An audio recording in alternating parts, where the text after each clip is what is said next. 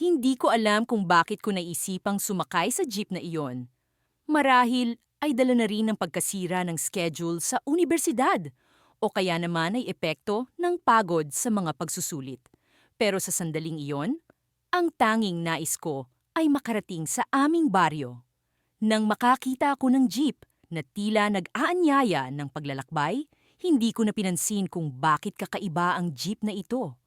Ang jeep ay mukhang luma, tila sinubukan ng takpan ng pintura ang kalumaan nito, pero hindi maikakaila ang mga gasgas at kalawang sa gilid. Nakaupo ako sa tabi ng isang matandang babae na nakasuot ng kupas na damit. Tahimik ang lahat ng pasahero na para bang may sarili silang mundo, kahit ang makina ng jeep ay tila bumubulong lamang sa amin. Habang umaandar ang jeep, napansin kong hindi ito dumadaan sa karaniwang ruta. Sa halip, palikuli ko ito sa mga daan na hindi ko pa nakikita. Ang paligid ay unti-unting nagiging madilim. Ang mga puno ay tila nagiging buhay. Ang mga sanga ay umaabot sa akin na parang may nais sabihin.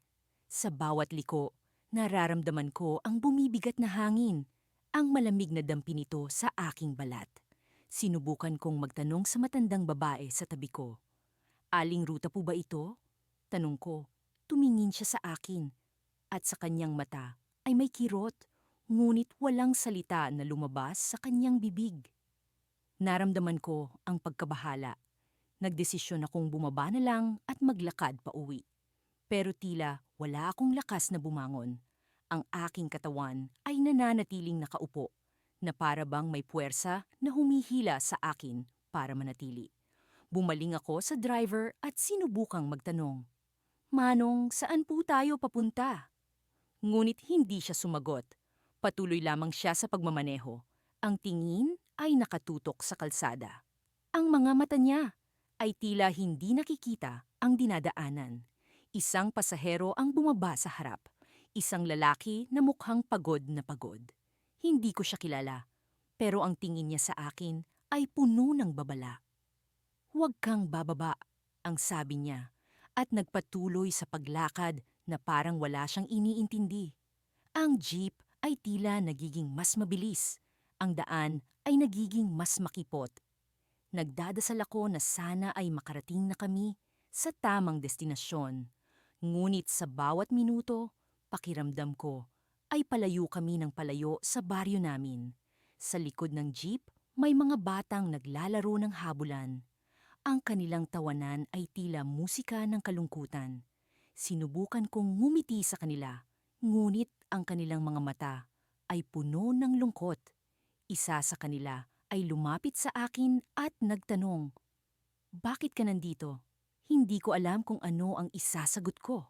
Ang tanong na iyon ay parang isang misteryo na hindi ko pa nasasagot. At sa bawat pag-iisip ko, nararamdaman ko ang pagod. Pagod na bumabalot sa aking isip, sa aking katawan. Ang jeep ay huminto sa isang istasyon. Bumukas ang pinto at ang malamlam na ilaw ng istasyon ay nagbigay liwanag sa loob. Sa labas, may mga tao na tila naghihintay, ngunit kakaiba ang kanilang anyo. Ang kanilang mga mata ay walang buhay, ngunit ang kanilang mga katawan ay gumagalaw. Sabi ng isa sa kanila, "Maligayang pagdating." Ngunit ang kanilang kadongiti ay malamig.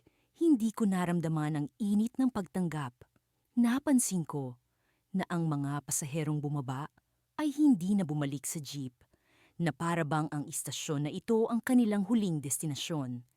Nagdesisyon akong bumaba, ngunit sa sandaling iyon, naramdaman ko ang pagbigat ng aking katawan, na para bang ang jeep ay hindi na ako papayagan bumalik sa mundo ko.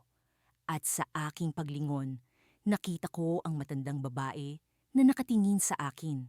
Sa kanyang mata, nababasa ko ang kwento ng isang istasyon na hindi maabot ng iba. Isang istasyon na puno ng misteryo at hiwaga. Pagdating ko sa istasyon ng jeep, hindi ko maalis ang kaba sa aking dibdib. May kakaibang presensya sa hangin na para bang may mga matang nakatitig sa akin mula sa dilim. Ang jeep na sinakyan ko ay tila luma at medyo kinakalawang. Ngunit wala akong ibang pagpipilian. Ang baryong ito ay kilalang hindi maabot ng iba. At sa kabila ng mga babala ng aking mga kaibigan, mayroon akong kakaibang determinasyong alamin ang misteryo sa likod nito. Habang palalim kami ng palalim sa makipot na daan, unti-unting naglalaho ang liwanag ng syudad. Ang mga poste ng ilaw ay nagiging patay-sindi at ang paligid ay nilulukuban ng makapal na hamog. Wala nang ibang sakay sa jeep maliban sa akin at sa driver, isang lalaking may mga matang tila walang buhay.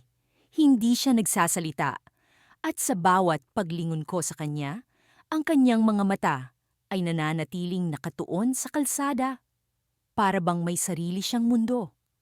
Nagsimula akong makaramdam ng kakaibang lamig na tila bumabalot sa buong katawan ko. Nakikita ko ang mga anino sa gilid ng daan, mga hugis na mabilis naglalaho tuwing susubukan kong tingnan ng mas maigi. Pakiramdam ko ay nasa isang bangungot ako, ngunit alam kong gising na gising ang aking diwa.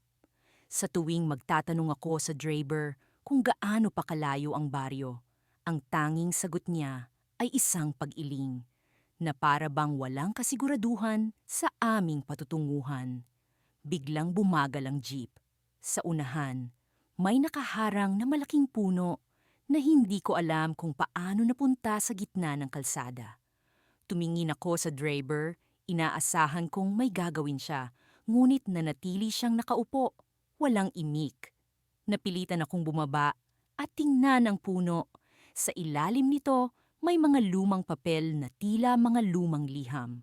Sinubukan kong basahin, ngunit ang mga letra ay halos hindi na makita dahil sa kalumaan.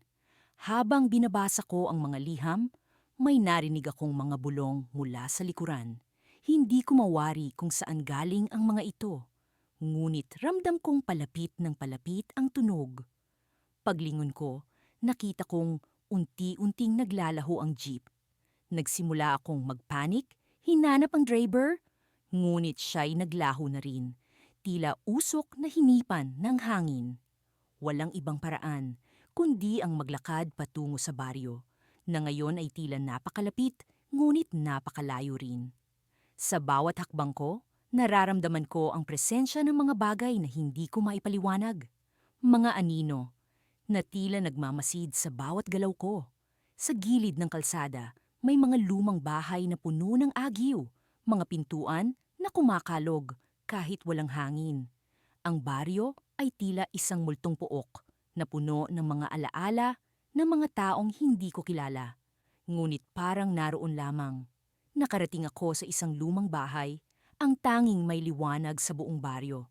Sa pintuan, may nakasulat na mga salitang, "Bumalik ka kung ayaw mong mawala." Ngunit ang aking kuryosidad ay mas malakas kaysa sa takot. Pumasok ako at bumungad sa akin ang mga lumang larawan sa dingding. Mga mukha ng mga taong tila pamilyar, ngunit hindi ko mawari kung saan ko sila nakita. Sa gitna ng silid, may isang lamesa na puno ng mga lumang gamit, isang lumang radyo, mga libro, at isang kahon na tila bumubulong. Sa paglapit ko sa kahon, naramdaman ko ang kakaibang enerhiya nito. Binuksan ko ito, at sa loob, may isang lumang susi at isang papel na may nakasulat na ang susi sa lihim ng baryo. Hindi ko maipaliwanag kung bakit, ngunit parang alam ko kung saan dapat gamitin ang susi. Nagdesisyon akong bumalik sa jeep, ngunit sa paglabas ko, ang baryo ay tila nagbago. Ang mga bahay ay mas nagmumukhang bago. Ang mga anino ay nawala, at ang liwanag ng araw ay muling bumalik. Naglakad ako pabalik sa kalsada, dala ang susi at ang misteryo sa likod nito. Sa aking pag-uwi, hindi maalis sa isip ko ang baryo. Ano ang lihim nito? Bakit tila napakapamilyar ng mga mukha sa larawan? At higit sa lahat, ano ang papel ko sa kwento ng baryo? Habang bumabalik ako sa syudad, may kakaibang presensya pa rin sa likod ng ulap ng misteryo. Ang jeep na sinakyan ko ay nagmumulto sa aking isipan at ang susi ay tila nagsisimula ng magbukas ng mas malalim na mga tanong. Ano nga ba ang tunay na lihim ng baryo? At paano ko matutuklasan ito? Nang hindi ako nawawala sa daang hindi maabot ng iba. Sa aking paglabas ng jeep, isang matanda ang lumapit sa akin. May hawak na larawan. Ikaw ang susunod, sabi niya, at naglaho siya sa hangin, tulad ng isang usok na hinipan ng hangin. Habang patuloy na umaandar ang jeep patungo sa hindi ko pa alam na destinasyon, hindi ko maiwasang mapansin ang pagbabago sa paligid. Ang mga ilaw ng lungsod ay unti-unting naglalaho at ang mga puno sa gilid ng daan ay tila lumalapit, unti-unting bumabalot sa amin ng kanilang mga anino. Ang ingay ng mga sasakyan at mga tao ay napalitan ng nakakabinging katahimikan. Tanging ang tunog ng makina ng jeep ang bumabasag sa nakakatakot na katahimikan na iyon. Sa harap, si Manong driver ay tila hindi naapektuhan ng kakaibang atmosfera. Nagpatuloy siya sa pagmamaneho na parang wala lang. Pinilit kong pakalmahin ang aking sarili, pilit na isinasa isip na baka ito ang shortcut patungo sa baryo ng aking kaibigan.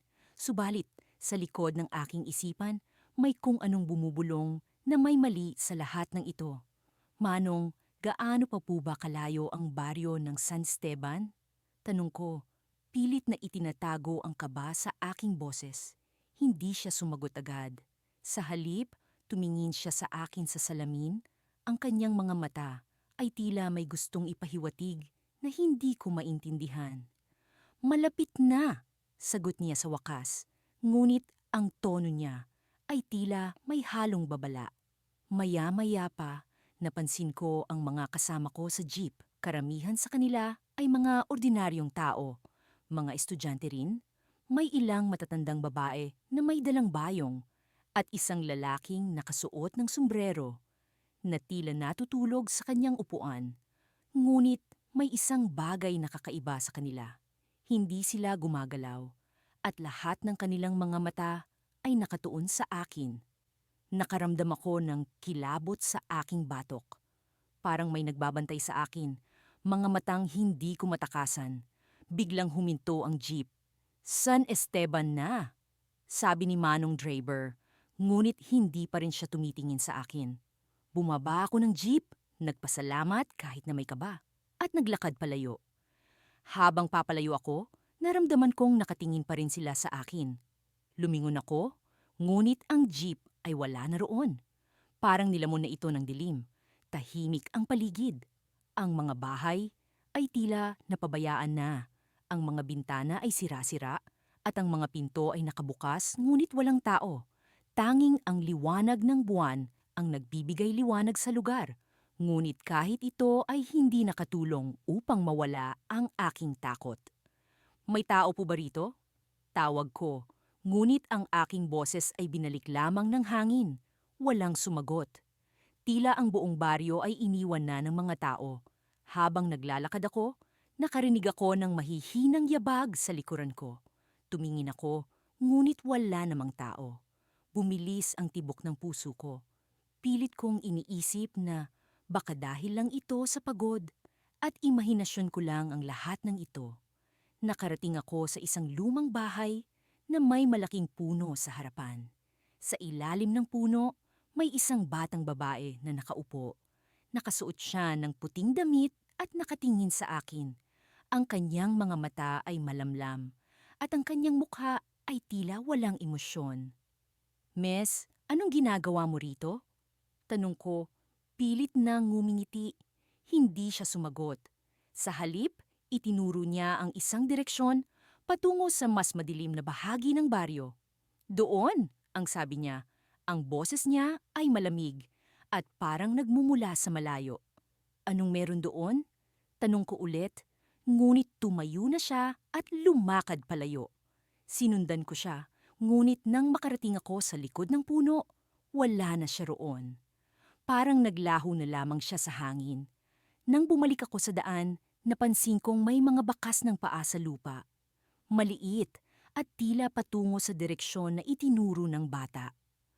Wala akong ideya kung ano ang naghihintay sa akin doon, ngunit tila iyon lang ang nag-iisang landas na maaari kong tahakin. Habang sinusundan ko ang mga mamumpakang mga bakas, naramdaman kong unti-unti nang bumibigat ang aking mga paa. Parang may kung anong puwersa ang humihila sa akin, ngunit nagpatuloy ako sa paglalakad. Hanggang sa makarating ako sa isang lumang simbahan na tila nasa gitna ng kagubatan. Sa loob ng simbahan, may altar na tila napabayaan na. Ang mga kandila ay patay na at ang mga bulaklak ay tuyo na. Ngunit sa gitna nito, may isang lumang libro na nakabukas. Nilapitan ko ito at sa bawat pahina ay may mga larawan ng mga taong hindi ko kilala. Ngunit ang huling pahina ay may larawan ng isang batang babae na pamilyar sa akin. Iyon ang batang nakita ko sa ilalim ng puno. Nang lingunin ko ang aking paligid, naroroon siyang muli, nakatayo sa pintuan ng simbahan. "Bakit mo ako dinala rito?" Tanong ko, ngunit ngumiti lang siya. Ngumiti ng isang ngiting puno ng lihim na hindi ko mawari. At sa sandaling iyon, naramdaman kong may mga kamay na humahawak sa aking balikat mula sa likuran.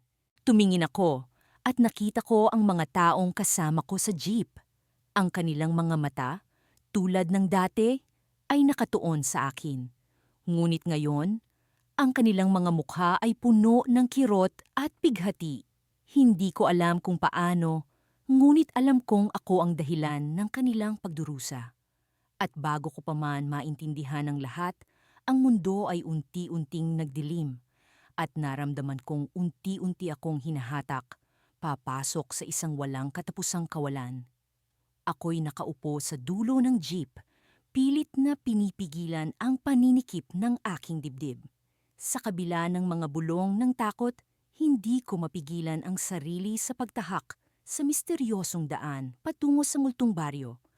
Ang mga ilaw ng syudad ay unti-unting naglalaho sa likod ng makakapal na mga puno, at ang daan ay tila nagiging mas makipot at madilim.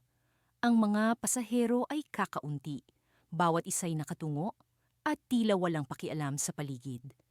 Habang ang jeep ay patuloy na umaandar, naramdaman ko ang malamig na hangin na pumapasok sa bintana. Parang may kakaibang presensya na bumabalot sa akin. Ang driver ay tahimik, ang kanyang mga mata ay nakatuon sa daan, ngunit paminsan-minsan ay napapansin ko ang kanyang pagtingin sa rearview mirror. Ang kanyang titig ay tila puno ng babala. Nagsimula akong mag-isip kung tama ba ang desisyon kong sumakay sa jeep na ito. Ang mga kwento tungkol sa multong baryo ay hindi biro. Ito'y puno ng kababalaghan at mga nawawalang tao. Ngunit may isang bahagi ng aking kalooban na nag-udyok sa akin na alamin ang katotohanan sa likod ng mga kwento. Ano nga ba ang meron sa baryong iyon? Sa gitna ng aking pag-iisip, narinig ko ang mahinang pag-uusap ng dalawang matandang babae sa likuran.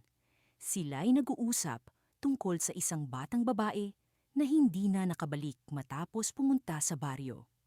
Ang kanilang mga boses ay puno ng pag-aalala at ang kanilang mga mata ay palaging nagmamasid sa labas, tila natatakot na may makita na hindi ka nais-nais. Hindi ko maiwasang makinig sa kanilang usapan. Ayon sa kanilang kwento, ang baryo ay hindi bahagi ng mapa ng syudad. Sinasabi nilang ito'y nawawala sa tuwing sinusubukan itong hanapin ng sinuman. Ang baryo raw ay sumasalamin sa pinakamalalim na takot ng sinumang magtatangkang pumunta rito. Sa aking pag-iisip, napansin ko na ang jeep ay unti-unting bumabagal. Ang paligid ay nagbago mula sa karaniwang tanawin ng syudad patungo sa isang lugar na tila napabayaan. Ang mga bahay ay luma at ang mga halaman ay tila nakalimutan ng panahon. Ang kalsada ay naging mas magaspang. Ang mga bato at lupa ay nagkalat sa daan. "Malapit na tayo," bulong ng driver. Ang kanyang boses ay malalim at may halong misteryo. Hindi ko alam kung bakit, Pero ang kanyang mga salita ay nagdulot ng kakaibang kilabot sa aking katawan. Biglang huminto ang jeep sa harap ng isang lumang arko. Ito ang pintuan patungo sa baryo. Walang sino man ang bumaba, maliban sa akin. Ang ibang pasahero ay nanatiling nakaupo, tila walang balak na sumama sa akin, sa aking paglalakbay. Habang lumalakad ako papunta sa arko, ramdam ko ang pagbigat ng hangin na parang may pumipigil sa akin. Ang paligid ay tahimik, masyadong tahimik para sa aking kaginhawaan. Sa bawat hakbang ko, ang lupa ay tila nagsasalita. Ang mga tuyong dahon ay naglalagas sa hangin, na parang binubulong ang mga lihim ng nakaraan.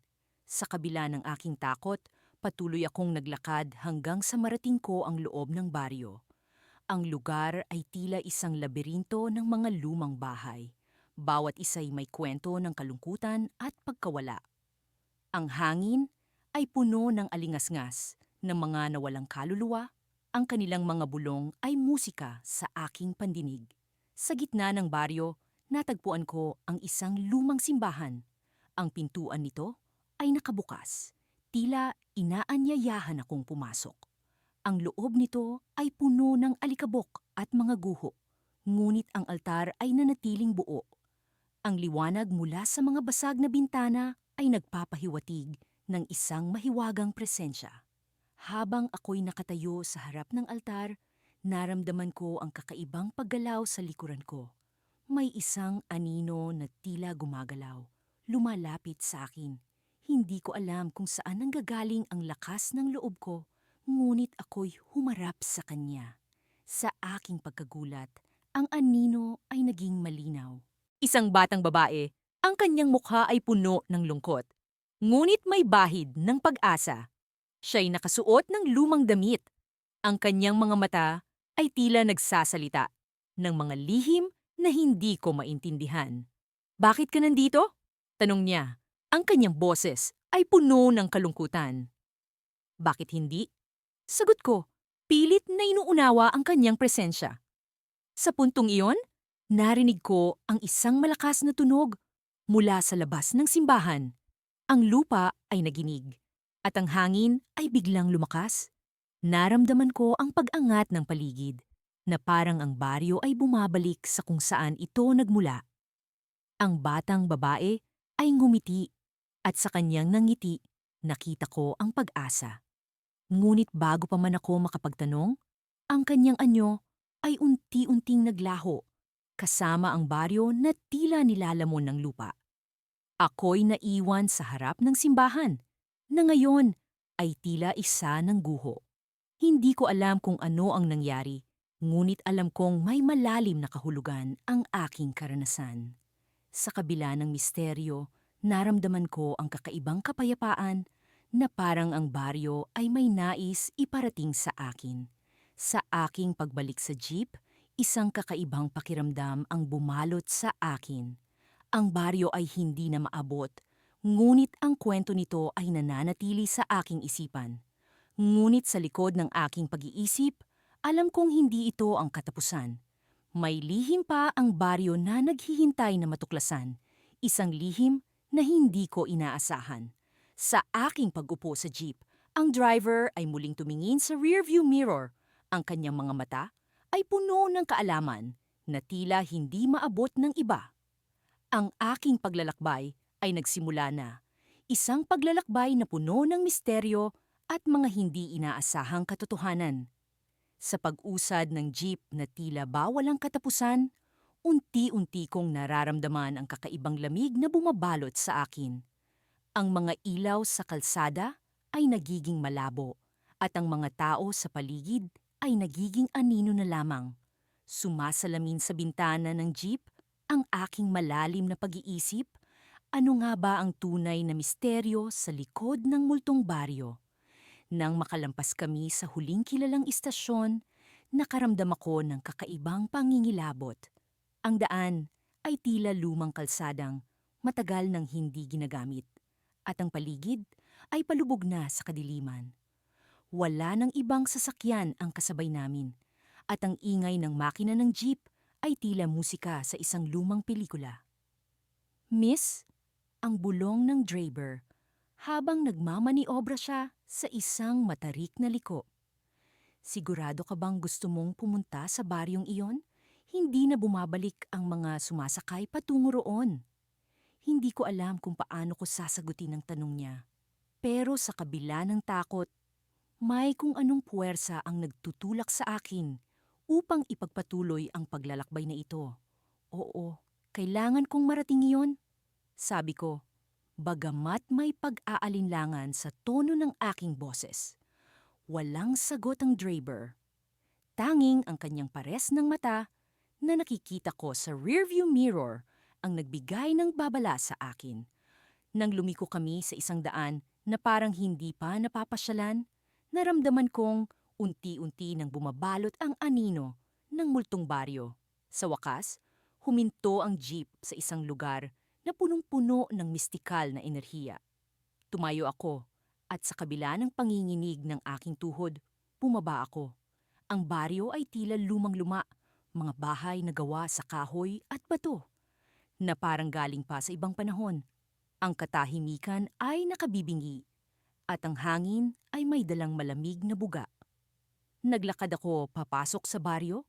Walang tao, walang tunog maliban sa aking mga yapak sa lumang kalye. Nagsimula akong magtanong sa aking sarili kung bakit ako narito. Ano nga ba ang hinahanap ko? Ano ang meron sa baryong ito na tila tinataboy ng mundo? Bigla kong naramdaman ang isang presensya sa likod ko. Mabilis akong lumingon, ngunit wala akong nakita.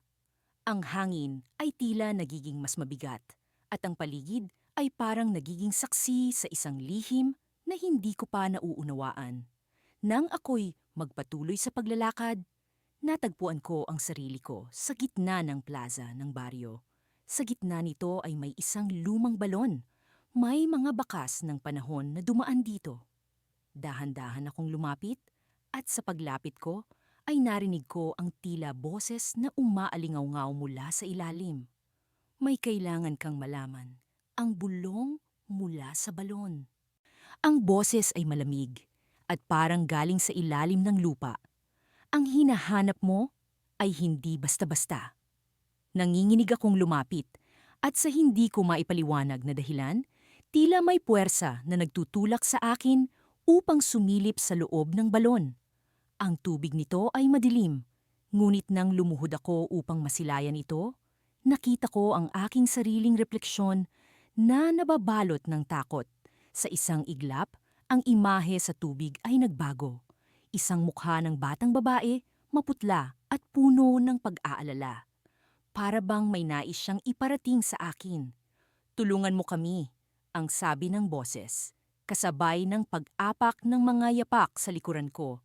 Nagulat ako at mabilis na umiwas. Sa likod ko, isang batang babae ang nakatayo. Siya ay may suot na lumang damit na tila galing pa sa ibang siglo. Ang kanyang mga mata ay puno ng pangungusap na hindi ko maipaliwanag. Alam mo na ang lihim ng baryo, sabi niya habang ang kanyang kamay ay nakaturo sa lumang balon. Nang ako'y muling tumingin sa balon, ang tubig ay tila nagbubuga ng usok at ang mga imahe sa ibabaw nito ay nagsimulang umikot ng mabilis. Mga eksena ng lumang baryo, mga tao na tila nagtatago mula sa kung anong panganib. Nakita ko ang mga mukha ng takot, mga kamay na nagmamakaawa. May oras ka pang tumakas, ang sabi ng batang babae. Ngunit kung hindi, ikaw ang susunod. Biglang bumuhos ang ulan at ang baryo ay nabalot ng dilim. Ang mga ilaw sa paligid ay nagpatay-sindi at ang hangin ay tila nagngangalit. Sa gitna ng kaguluhan, naramdaman ko ang mga kamay na humihila sa akin palayo sa balon. Ang driver ng jeep na hindi ko na malayang naroon ay nagtatangkang iligtas ako. "Bilisan mo!" ang sigaw niya. Hindi tayo dapat manatili rito. Tumakbo kami pabalik sa jeep habang ang baryo ay tila nagising mula sa pagkakahimbing.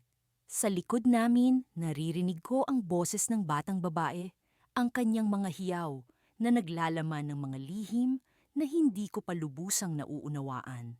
Sa pag-arangkada ng jeep palayo sa baryo, alam kong hindi pa rito nagtatapos ang kwento. Tila may puwersang misteryoso na humihila sa akin pabalik, isang lihim na naghihintay na matuklasan. Sa kabila ng takot, alam kong hindi pa ito ang huli.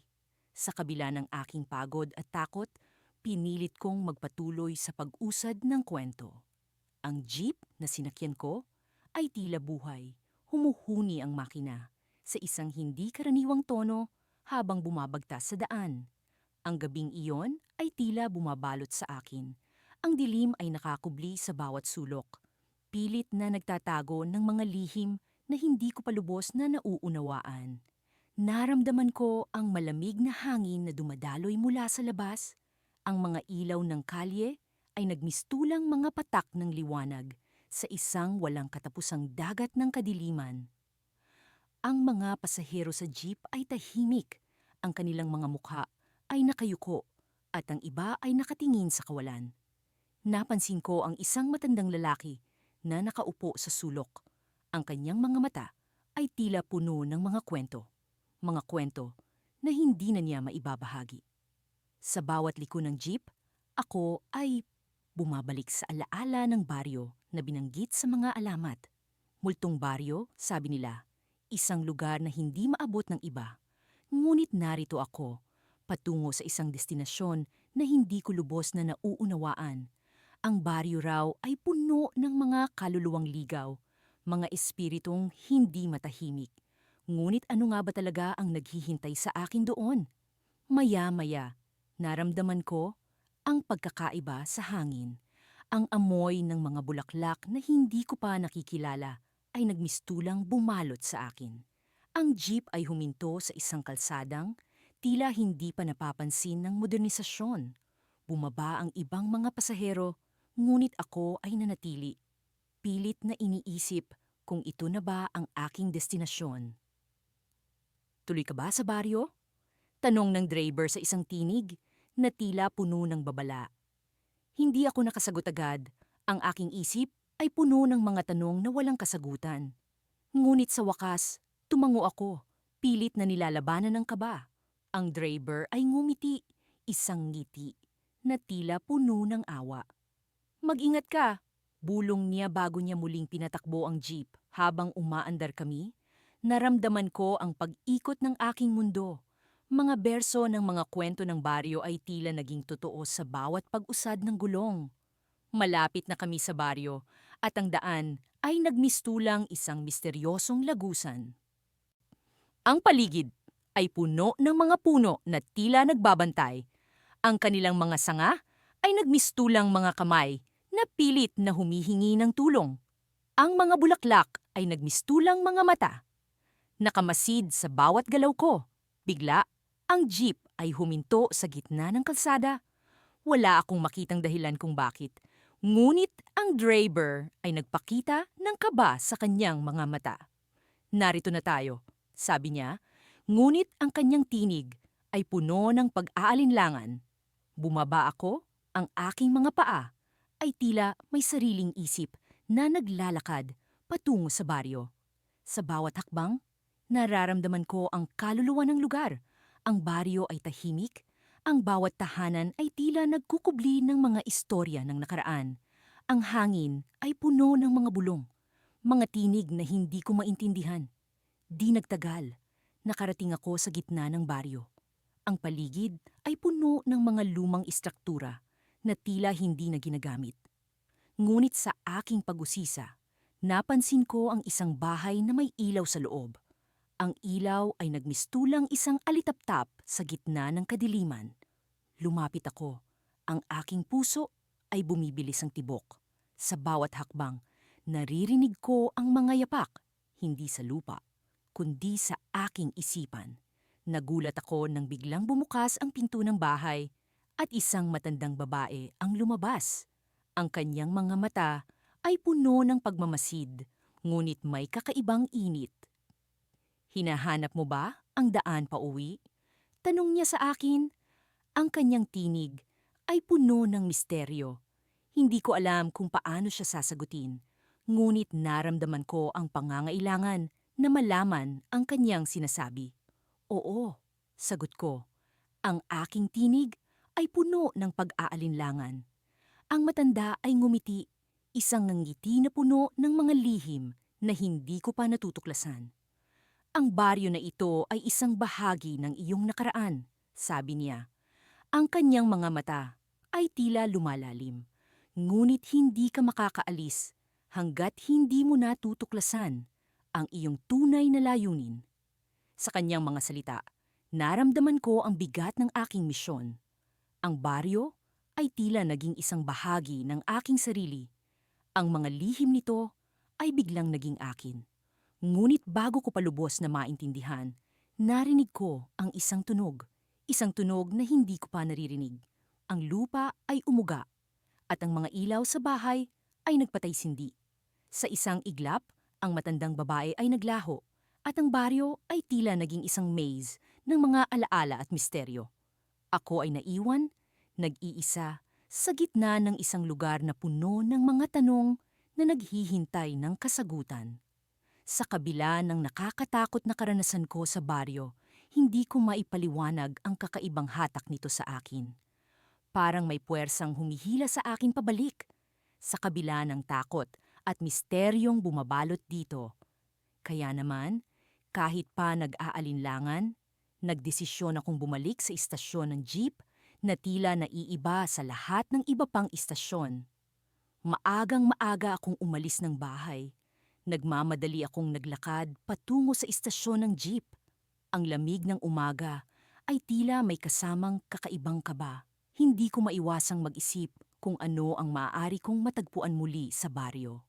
Bawat hakbang ay may halong pagdududa at pananabik. Habang papalapit na ako sa istasyon, napansin kong mas kakaunti ang mga tao kumpara sa dati. Parang may kung anong nagbago sa lugar. Nagsimula akong magtanong-tanong sa mga tao roon, ngunit pawang mga tahimik at may halong takot ang kanilang mga mata. Isang matandang lalaki ang naglakas loob na magsalita. Iha, hindi ka ba natatakot na bumalik dito? Minsan, may mga bagay na mas mabuting hindi na binabalikan. Ngunit sa kabila ng mga babala, nagpatuloy ako. Sumakay ako sa jeep na nag-iisa at habang patuloy ang biyahe, napansin kong ibang ruta ang tinatahak ng jeep. Ang dating pamilyar na daan ay tila nag-iba. Maging ang tanawin ay naging mas madilim at ang karaniwang ingay ng lungsod ay napalitan ng katahimikan na nakakabingi. Habang lumalalim ang biyahe, napansin kong ang mga ilaw sa labas ng jeep ay tila naglaho. Ang paligid ay naging mas mapanglaw, halos walang tanawin na masilayan, kundi ang madilim na kalangitan. Nagsimula akong magtanong sa driver, "Manong, saan po tayo papunta?" Mukhang iba ang daan natin ngayon. Ngunit hindi siya sumagot. Parang wala siyang narinig. Bumilis ang tibok ng puso ko at nagsimula akong makaramdam ng paninikip ng dibdib. Parang may kung anong hindi tama. Maya-maya pa'y napansin kong may isang pamilyar na figura sa gilid ng daan. Isang babaeng nakaputi na nakita ko noong una kong bisitahin ang baryo. Ang kanyang tingin ay diretso sa akin, tila may sinasabing hindi ko marinig. Habang patuloy na lumalayo ang jeep, ang figura ng babae ay unti-unting naglaho sa dilim. Sa hindi maipaliwanag na dahilan, bigla akong nakaramdam ng pagkakaroon ng koneksyon sa kanya. Parang may bahagi ng sarili ko na nais makaalam ng kanyang mensahe. Pero paano? Paano ko maririnig ang isang mensaheng hindi binibigkas? Matapos ang tila walang katapusang biyahe, huminto ang jeep sa isang lugar na wala sa mapa. Isang lumang istasyon, mas luma at mistulang napabayaan. Bumaba ako ng jeep at pakiramdam ko'y bumalik ako sa ibang panahon. Ang mga tao roon ay tila hindi nakikita ng driver. Sila'y naglalakad sa paligid, tila walang pakialam sa akin. Sinubukan ko silang kausapin, pero parang hindi nila ako naririnig. Parang ako'y isa lamang anino sa kanilang mundo. Biglang may lumapit sa akin, isang batang babae na may hawak na laruang manika. Ate, kailangan mo siyang sundan, sabi niya sa akin. Siya lang ang makakatulong sa'yo.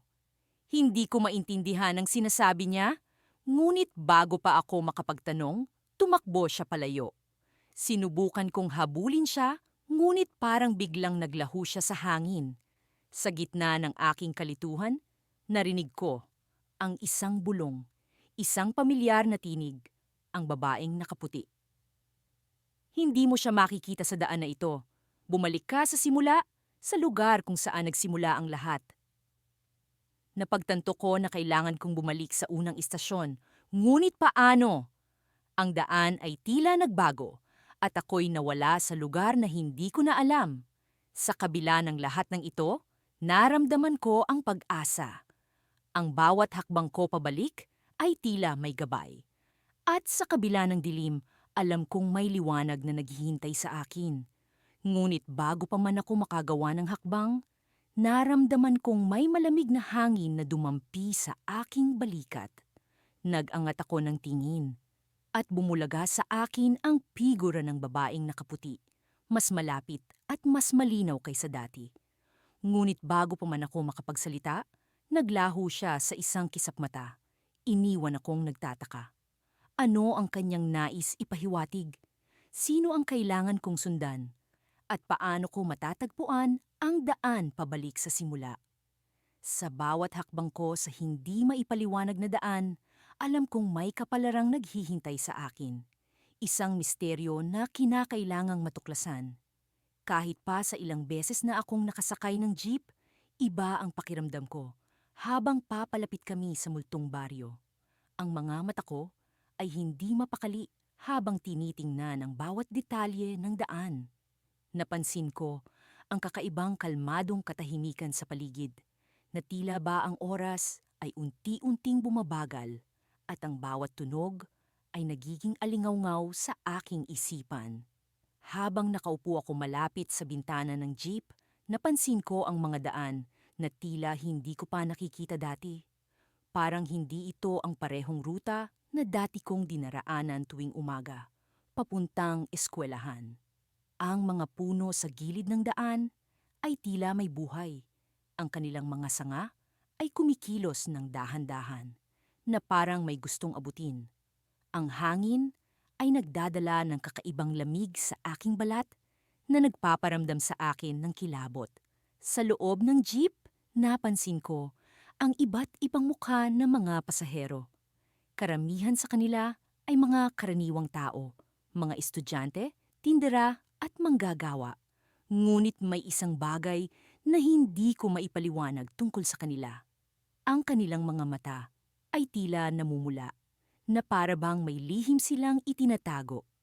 Napansin ko rin na walang sino man ang nagsasalita. Ang tanging maririnig ay ang ugong ng makina ng jeep at ang bahagyang pag-ugong ng hangin sa labas. Habang patuloy sa pagtakbo ang jeep, napansin ko ang isang bagay na nakapukaw ng aking pansin. Sa harap ng jeep, sa ibabaw ng dashboard, ay may isang maliit na salamin. Ang salamin ay nakapwesto upang makita ng driver ang mga pasahero sa likuran. Ngunit nang tumingin ako rito, nagulat ako sa aking nakita. Hindi ko maaninag ang aking sariling refleksyon.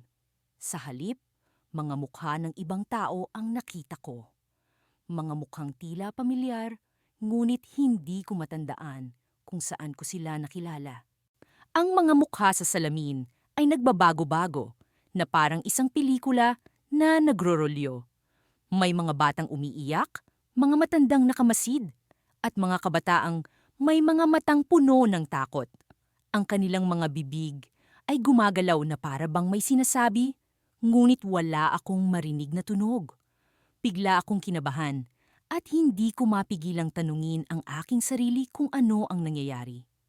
Tinapik ko ang balikat ng babaeng katabi ko, isang estudyante rin, at tinanong kung nakikita niya rin ang mga mukha sa salamin.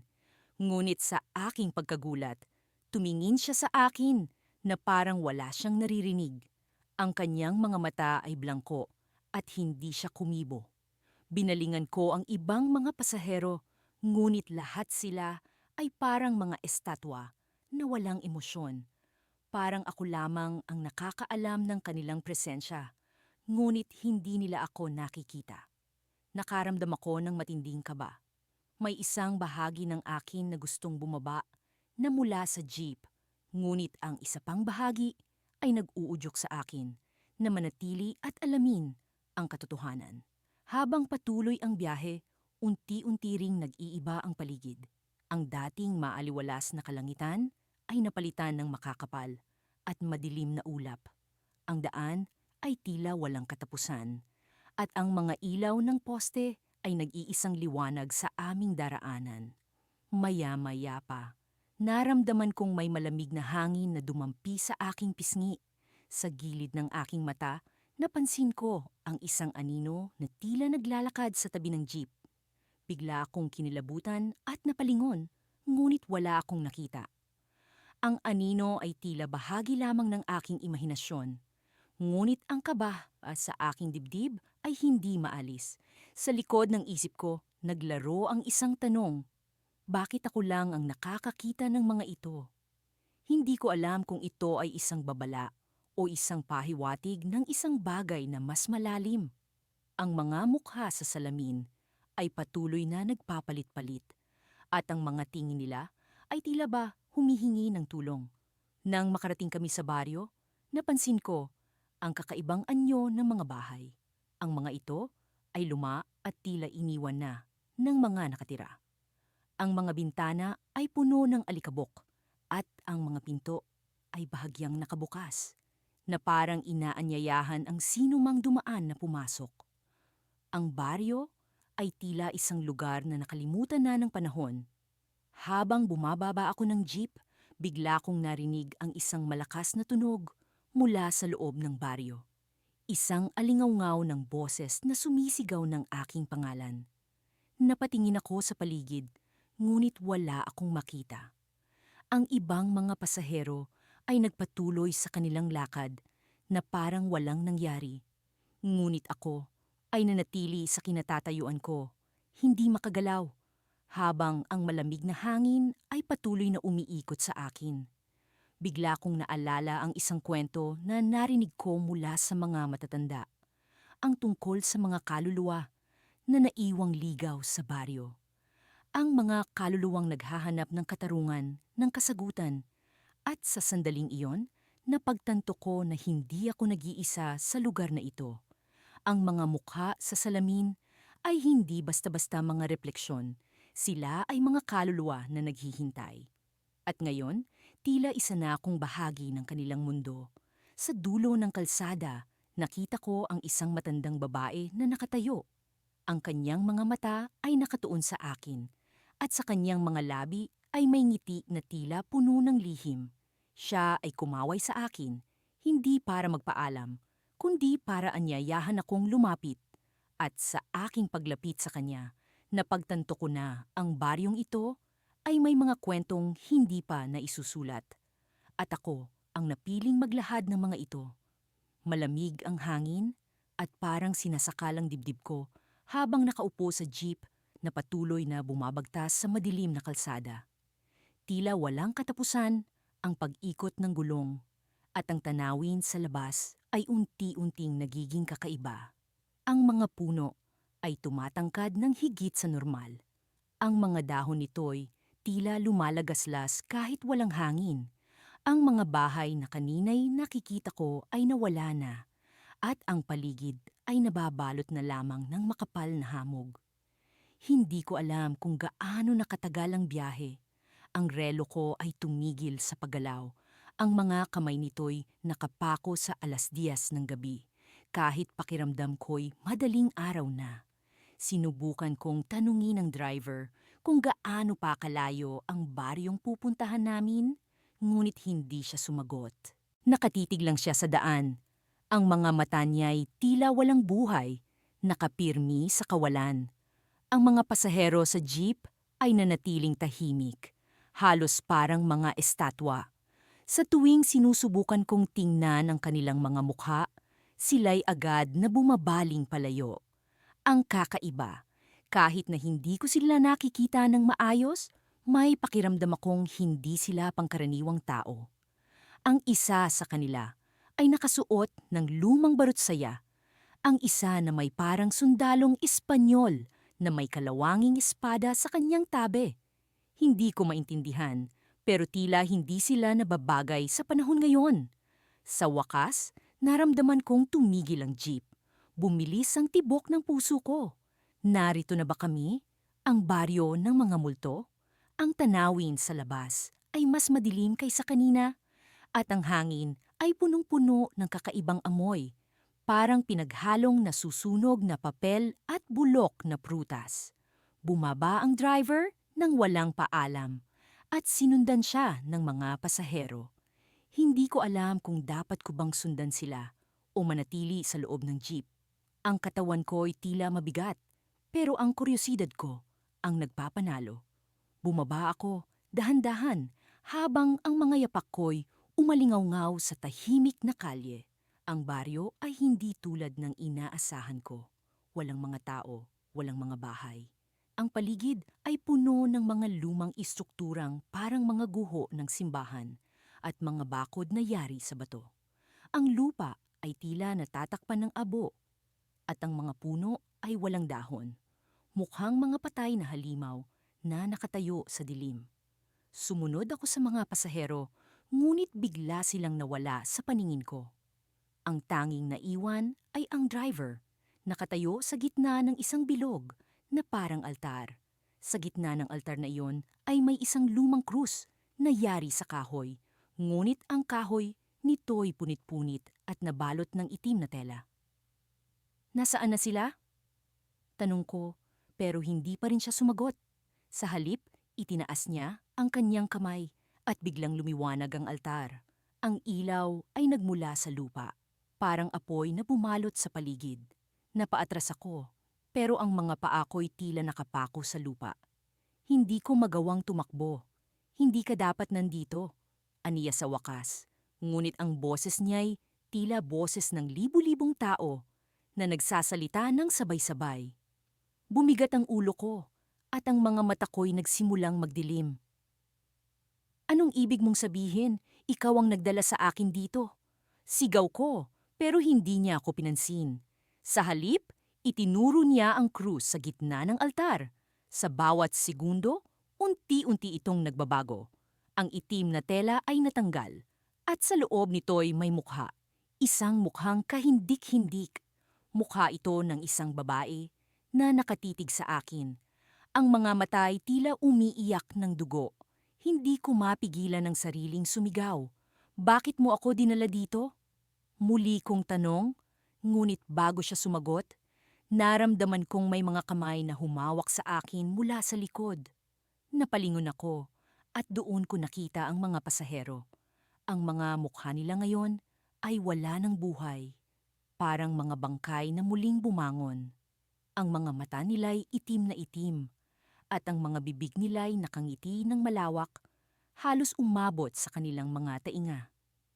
Ang baryong ito ay hindi para sa mga buhay, sabi ng driver habang unti-unti siyang natutunaw sa liwanag ng altar. At ikaw, hindi ka makakaalis dito ng buhay. Naramdaman kong hinila ng mga pasahero ang mga braso ko. Ang mga kuko nila'y tila mga bakal na sumugat sa balat ko. Nagpumiglas ako, pero ang lakas nila'y hindi ko kayang talunin. Sa isang iglap, narinig ko ang tunog ng isang jeep na paparating. Napalingon ako at nakita kong may isa pang jeep na bumabagtas sa kalsada. Ang ilaw nito'y naglalagablab. Sa likod ng jeep na iyon ay may isang pamilyar na mukha. Ang matalik kong kaibigan na si Liza. Liza, sigaw ko, pero hindi siya tumingin sa akin. Sa halip, nakatitig siya sa kalsada. Parang wala siyang ideya na naroon ako. Ang jeep ay huminto sa harapan ng altar at doon ko napagtanto ang mas nakakapangilabot na katotohanan. Ang driver ng jeep na yon ay ako. Ang sarili kong mukha nakatingin sa akin na may nakakalokong nangiti. Handa ka na bang sumama sa amin? Tanong niya, ang boses niya ay eksaktong katulad ng boses ko. Bago pa ako makasagot, ang liwanag sa altar ay sumabog at ang mundong kinatatayuan ko'y nawala. Ang huling narinig ko ay ang boses ko, tumatawa sa kawalan. Ako si Mia, ang estudyanteng babae na minsan nang sumakay sa jeep patungong multong baryo. Sa bawat araw na lumilipas, lalong bumibigat ang pakiramdam na para bang may nakatingin sa akin mula sa sulok ng aking mata.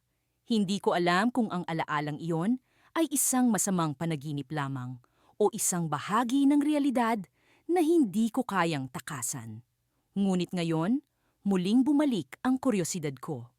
Ano nga ba ang nasa likod ng misteryosong istasyon ng jeep na iyon? Sa araw na ito, nagpasya akong bumalik at alamin ang mga sagot na matagal ko nang hinahanap. Habang naglalakad ako patungo sa istasyon, ramdam ko ang pagbilis ng tibok ng aking puso. Ang mga tagpo noon ay sariwa sa aking isipan. Ang malamig na hangin, ang kakaibang katahimikan, at ang jeep na tila lumitaw mula sa kawalan. Ngunit sa kabila ng takot, ang pagnanasang malaman ang katotohanan ay mas malakas. Pagdating ko sa istasyon, tila walang nagbago. Pareho pa rin ang itsura nito, tila nakalutang sa pagitan ng dalawang mundo. Nag-isip ako kung bakit walang ibang tao na makakarating dito. Ano ang meron sa istasyong ito na hindi maabot ng iba? Habang naghihintay ako ng jeep, napansin kong may kakaibang liwanag na nagmumula sa di kalayuan. Sa likod ng maliit na burol, may lumilitaw na aninong naglalakad. Kakaiba ang lakad nito, tila lumulutang sa ere. Hindi ko maipaliwanag kung bakit, ngunit naramdaman ko ang matinding pang-akit na sundan ang anino. Nagpasya akong iwan ang istasyon at sundan ang liwanag. Habang papalapit ako, unti-unting nagiging malinaw ang hugis ng anino. Isa itong babae, nakasuot ng lumang damit na tila mula pa noong dekada. Ang kanyang mukha ay hindi ko maaninag, ngunit ang aura niya ay nagtataglay ng misteryo at lungkot. Sa mga sandaling iyon, nawalan ako ng pakiramdam sa paligid. Naririnig ko ang bulong ng hangin na tila tinatawag ako sa kanyang direksyon. Nagsimula akong maglakad, tila hindi na ako nag-iisip. Alam kong mapanganib ang ginagawa ko, ngunit ang kuryosidad ay mas malakas kaysa sa takot. Habang sinusundan ko siya, nagkaroon ako ng pakiramdam na hindi siya isang karaniwang tao.